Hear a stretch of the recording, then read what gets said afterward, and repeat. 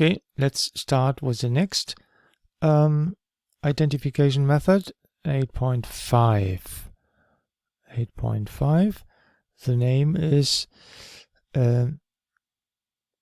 LS offline identification. And this method is very similar to the 8.4 because I have a model. I also get the input value with any signal form. I also add the output signal as a response for the input signal, and result is now not f of p but f of z. Coefficients of a digital filter. That is the difference, the first difference. In the writing, this is b0 plus b1 to the power of -1 plus and so on plus b z to the power of -m.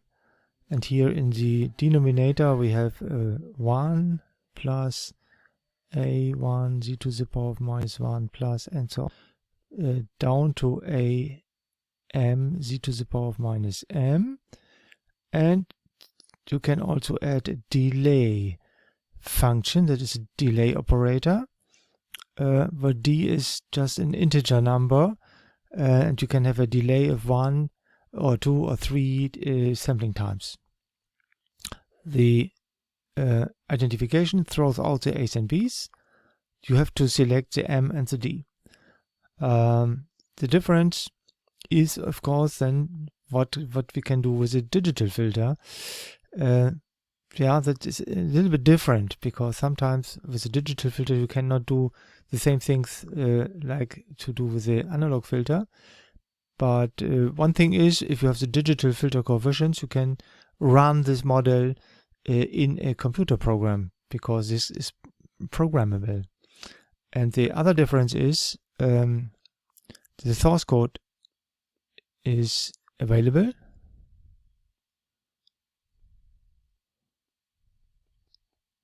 That's a tool C WinDFC#. So I have programmed this method, and if you have the source code, you can run this program on any other computer in any other language. Yeah, the compilation in under other computer languages is easily done. It could be the same signals, the same nodes as told before. Then if the input signal contains frequencies you have interested in, the output response contains the response of these frequencies of the digital filter. If you have only a DC input, you get only information about DC behavior of the process. So your input signal should have enough frequency information to get the corresponding responses at the output. Yeah, the power density must be large in that regions you want to have responses of your filter function. In the paper, starting with page 58, you can find the theory of this method. The theory I have found in a German book, and I have tried to display the theory in some equations. The idea is rather simple, and I hope I can explain this in a few minutes. Note, if this is my transfer function with unknowns b's and the unknowns a's with given m and d, yeah, the user has to select the degree. Note that in digital filter it is common that the numerator and denominator degree is the same. It doesn't matter if this is different. Set just the relevant coefficients to 0. And also you have to decide if you want to add a delay time. We will see in the tool program how this works. Okay, then you can remember we have learned that a digital transfer function can be converted into an algorithm. Note that we have here an output y and an input u. So the behavior is a block, our FFZ. FFZ has as a block function output y of n, sampled output values and sampled input values, u and y. Sometimes yeah, the letters are different to other literature positions, so I think be flexible. We have to know which letter stands for what, and here y stands for output, u stands for input. Okay, reopen the document. So the actual output value is negative denominator time constant of 1 delayed old output minus A2 times output value 2 times delayed, and so on. So this is a recursive part of my algorithm, plus B0 times input signal U of k. If there is a delay, then you have to decrease this number by the delay number. If delay is 0, you see this is the actual input value. This is the input value multiplied with B1 one step before. This is the input value m steps before, and k is a running number. You can write this equation as a copy which which was valid one step before. So decrease all k's by 1, and then this is an equation. The output value one step before, depending of old output values and depending of the input values one step before. And you can do this several times. So you get some equations. Note, what I want to have is not the calculation of an output value of a digital filter. No, the output values are the information I have. And the input values, u, is also an information which is measured. So the y's and the u's are known, and I turn this around and I want to have the a's and b's. The a's and b's are unknown. So note that this is one equation with how many unknowns. If m is a degree, we have in the numerator m plus 1 unknowns, in the denominator m unknowns. So you have 2m plus 1 unknowns. So if the degree is 1, you have 3 unknowns. If the degree is 2, you have 5 unknowns. So if I write the algorithm one step before, I have a second equation with the same number of unknowns, but now with an additional information, yeah? Because this is a new number here. That is the old input, and this is the old output one step more than this. So I need more points, which I have measured, but I get more equations. And now, very simple, if I have 2m plus 1 unknowns, I need 2m plus 1 equations, and then I have an equation system which is linear. Note the coefficients here are just products for measured points. That is a linear equation system which can be solved by just a mathematical inversion. Yeah, so I write this information in form of column row matrix. Yeah, y of k is this, and the a's and b's is the unknown resulting vector I want to have. So here you see the a's and b's. In the book I have found this method. This is called theta. The Greek letter theta is the interesting output vector. Y is the measured output signal, and here the U's are the measured input signals. And this is just a matrix where the cells are filled with measured output and measured input signals. I call this matrix Psi of k. Y is known, is a measured vector of measured points. Psi of k is known because here you can only find measured input and output values, and the result is you solve this equation by theta is the inverse of this matrix times y of k. Yeah, so this is a solution of my identification if I have the same number of equations depending on the number of unknowns, of 2m plus 1 unknowns. And then I can solve this equation and calculate an output vector. But that's not all. The trick is now, if I have more points than necessary for solving this equation, I also want to use these points to remove, for example, noise influences. If I have 500 points, I of course want to use all 500 points and not only in a degree of one system only 3 points. Yeah, if I have measured 500 points, I want to use 500 points and not only 3 points. So in the book it is extended that now a least square sum is calculated. In this book I have copied the way. It's not so important that you understand what happens here.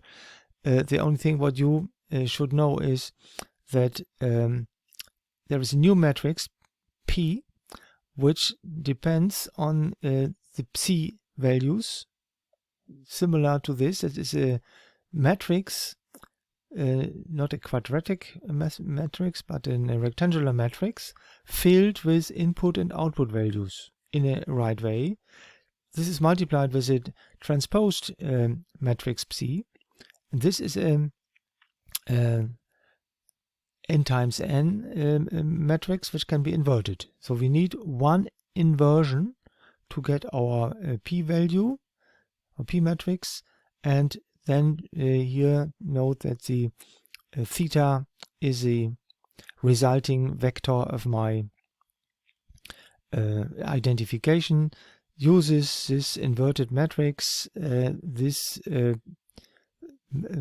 rectangular matrix filled with input-output values, and here with the output vector. Yeah, and this is the equation which can be calculated easily in a numerical program.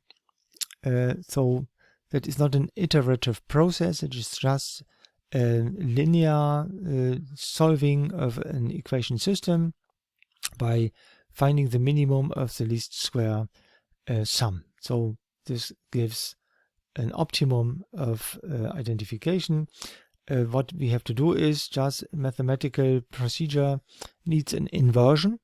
This is sometimes numerical unstable, and the number of elements in the matrix depends on the number of unknowns. Yeah, if I have a degree of 1, we have a 3 times 3 matrix we have to invert. In a second order system, 5 times 5, third order system, 7 times 7, and maybe you have experience with numerical inversion of matrices.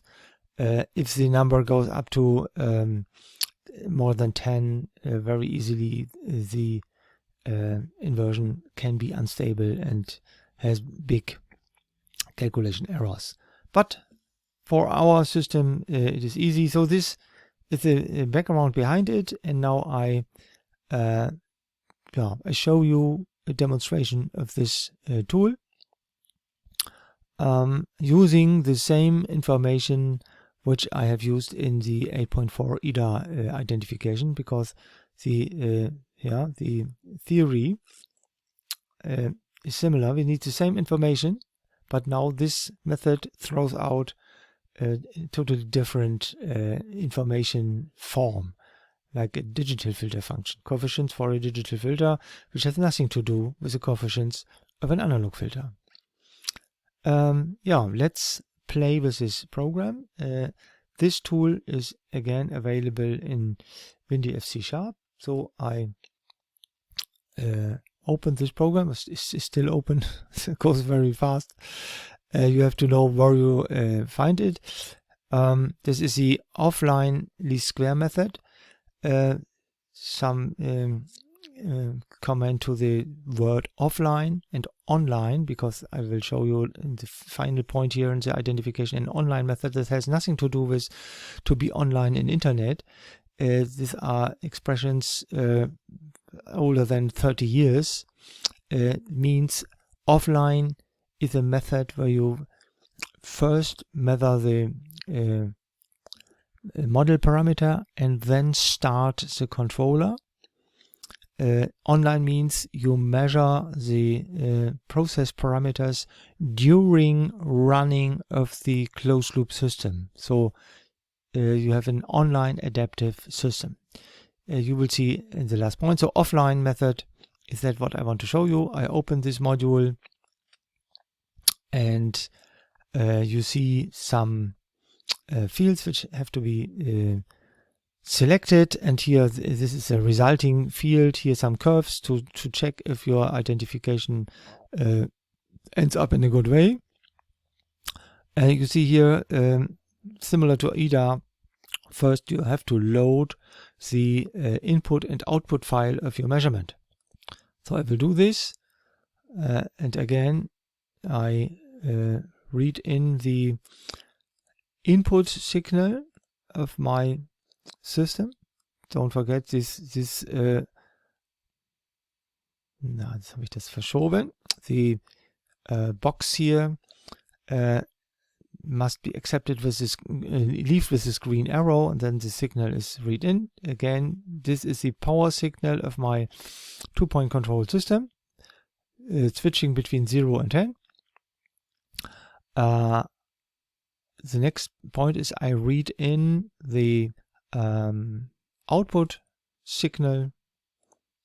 Use the same thing and click on the green button. Then you see in a different color the measured output signal. So with this both information, it should be possible to define a digital filter. Note that the program automatically identifies the sampling time. The sampling time is nothing else than the distance between 2 points.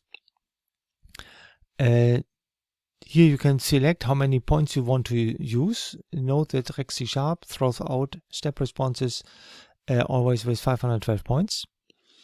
But now we have to look what happens here.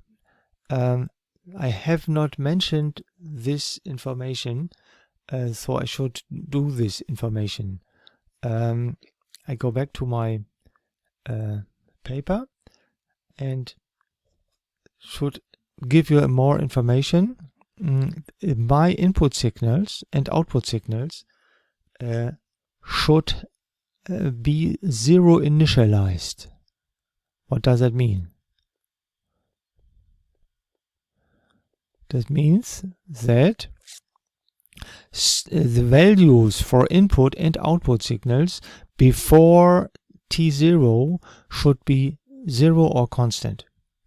It could be a constant line, but normally the best is 0 initialization. If this is not possible, wait before you change something at the input and measure the output. Wait before all internal oscillations are stopped. Otherwise, these internal oscillations behave like disturbances. Yeah, so we can only measure the transfer function correctly if all internal oscillations come to rest, come to zero amplitude, and the input signal should be 0 before you start it, and the output signal also should be 0 or constant before you measure it. That's what we mean with zero initialization. This program reads only information for positive times or time 0, and we have to check if this is true. What the program assumes is that the first point of the signal is the DC value for negative times, because the power is switched at 0 to 10. The program assumes that the initial value of the input signal is 10. That is wrong. So I have manually to set this to 0 because I know I have switched all input and output signals on at time 0. And the output signal starts, the red curve starts with 0, so that is a correct value. And here now the program asks for the degree of your system, and you can add a delay. So the degree value and the delay value is your choice, and you can select a system with or without a B0 factor. What does that mean?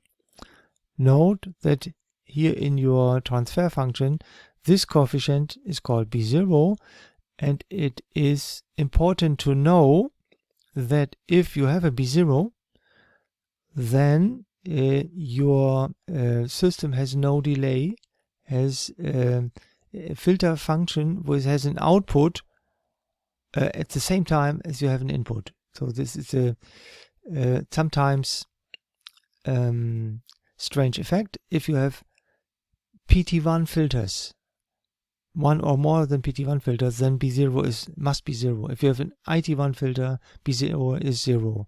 If you have any process of a typical type like IT1, PT1, PT2, PT3 or anything else, then you know if there is an input step function in the first moment, output is 0. So if B0 is not 0, this is a non-typical process information. So normally the program assumes the B0 number is 0. If you want to change this and you expect that there is a differential part of this, then you have to click the checkbox. So typical is no B0. Let's click on optimize. You see, if we have a first order system, the resulting curve doesn't fit to the red curve. So I should increase this degree to 2 and check if this fits a little bit better. Here you see the program has found an identified curve. So the program calculates A's and B's, that are the resulting coefficients of the transfer function, and use this A's and B's to calculate with this input signal the output signal of your identified model. And the goal is green and red curve should be have the same behavior. Here again you have the quality criterion that the least square sum rather large. So we know we have a third order system.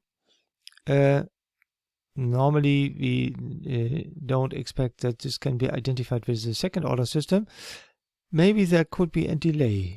Sometimes it is possible to check the delay number, make the delay larger, and you see if I do this, the least square sum goes down. The delay is just always one step here is 20 milliseconds here. So you see the least square sum is 1800. If I go up, 1400, 1100. So the larger the delay is, the better is the quality factor. And you see, if I go to delay of 10, that means 200 milliseconds, then we have a behavior which is not bad. So this is a way, 289, 250, 13, and now this goes up. So we can say, okay, with 13, a delay of 13, we have a rather optimal system, better than this cannot be reached. Yeah, that is a second order system with a delay of 13 sampling times. Okay, but we know, okay, the original system is a third order system, so we go up to 3 and say optimize, and here you can see this really in one step. It's not really 0 here, but much smaller than before with the second order system. We can try to optimize this with a delay, but you see here the square sum goes up, so there could not really be a delay here. And we can say, okay, this is the resulting filter function. Note that this program can give you some more information about this digital filter. Especially the DC gain can be calculated easily. We have learned this in the chapter 7. DC gain of a digital filter is z set to 1. Yeah. So this is 3.11. Note our real k was pi 3.14. So not bad, not exactly correct, but good enough. Oh, sorry. Yeah, without delay, this fits much better. Yeah, 3.14 was the original K, so this fits very good. What we can see more is if I have a first or second order system, I redo this, then you see what I can do. There are methods to reconvert a digital filter in an analog one. Yeah, with a if the degree is 1 or 2, then I can use the A's and B's and recalculate an analog model. And you see what I have got here is PT2 model. If I go up to 13, it was my best solution. You see this is again a PT1 model with natural frequency, damping factor, and so on. Doesn't really fit to my model, but here you can see sometimes if you have a really second order system, then you will see the second order system here. Okay, but again, I go back to the third order system, and this is a result of this identification. I store this in a file format, FFZ. FZ is just a digital file format, an ASCII file, a text file which contains the A's and B's. Yeah, I select the name, result 8.5. Store it, and yeah, that is the job of my system. Let's check this result with Csii if this gives a good controller, and then yeah, we can check if the method is good. Here you see the resulting output curve fits to the input curve, so this model cannot be bad, and you will see this also gives a good designer, but this should be shown in the next video.